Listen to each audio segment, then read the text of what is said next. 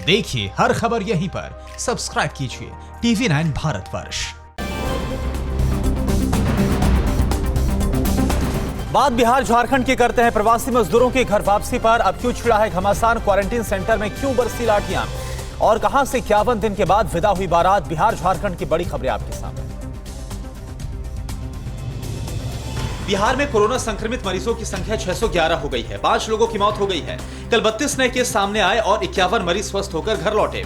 इसके साथ ही राज्य में 318 कोरोना संक्रमित ठीक होकर घर लौट चुके हैं। मुंगेर में कोरोना मरीजों की संख्या सबसे ज्यादा है। कल 2 नए केस सामने आने के बाद जिले में कोरोना मरीजों की संख्या 104 हो गई है। बिहार में कोरोना संक्रमण फैलता ही जा रहा है। ताजा मामला बिहार मिलिट्री पुलिस से जुड़ा हुआ है, जहां पर बीएमडी के 5 जवान कोरोना संक्रमित पाए गए। बिहार के 38 में से 36 जिले कोरोना से प्रभावित है, जबकि 5 जिलों को रेड जोन में रखा गया है। झारखंड में कोरोना संक्रमित मरीजों की संख्या 156 हो गई है। 3 लोगों की मौत हो गई है। कल कोरोना के 2 नए केस आए। ये दोनों मुंबई से लौटे थे। राज्य में इस समय कोरोना के एक्टिव केस 75 है, जबकि 78 लोग स्वस्थ होकर घर वापस लौट चुके हैं। कल 37 कोरोना संक्रमित स्वस्थ होकर घर लौटे। झारखंड में 18,632 लोगों का कोरोना टेस्ट हुआ है।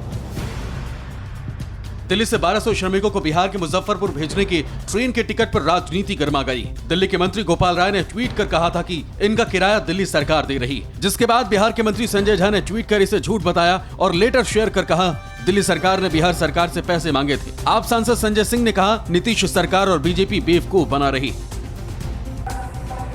किराए की सियासत के बीच दिल्ली से प्रवासी मजदूरों को लेकर श्रमिक स्पेशल ट्रेन कल मुजफ्फरपुर पहुंची। इसमें लगभग 1200 मजदूर सवार थे।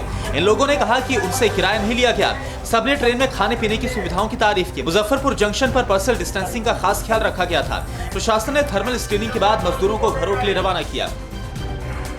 कोई खाना नहीं खा रहा है। बिहार में बांका के शंभुगंज प्रखंड में उस वक्त अफरा तफरी मच गई जब एक क्वारंटीन सेंटर पर पुलिस ने लाठीचार्ज कर दिया। इस लाठीचार्ज में कई लोग घायल हो गए। एक युवक के हाथ में गंभीर चोट लग गई। घटना के पीछे खराब खाने को लेकर की गई शिकायत को बताया जा रहा है। मेरे को 3 दिन से मेरा हाथ टूटा हुआ है और बोलता है कि बोल दो हॉस्पिटल में जाके कि मैं गिर के टूट गया मेरा। सीतामढ़ी में कल शाम अज्ञात अपराधियों ने 3 लोगों को गोली मार दी, जिसमें एक पत्रकार भी शामिल है। सभी घायलों को अस्पताल में एडमिट करवाया गया है। इसमें से एक की हालत गंभीर है। बिहार में लॉकडाउन के बीच पुलिस गश्त तेज होने का दावा किया जा रहा है। इसके बाद भी गोलीबारी की इस वारदात से आसपास के इलाके में दहशत है। पटना से 51 दिन के बाद विदा हुई बारात। कोलकाता से 21 मार्च को बारात पटना आई थी।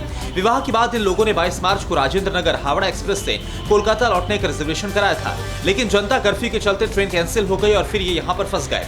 आखिरकार परिजनों की कड़ी मशक्कत के बाद जिला प्रशासन ने इनके लौटने का इंतजाम किया।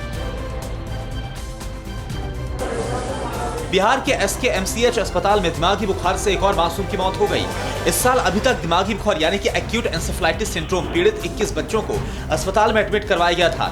इनमें से 4 बच्चों की मौत हो गई है। बिहार के स्वास्थ्य मंत्री मंगल पांडे ने इस बीमारी से निपटने के लिए 7 जिलों के लिए कल 28 एम्बुलेंस को रवाना किया, जिसमें 8 मुजफ्फरपुर जिले में भेजी गई। परवाह देश की, सोमवार से शुक्रवार रात 10 बजे TV9 भारतवर्ष पर।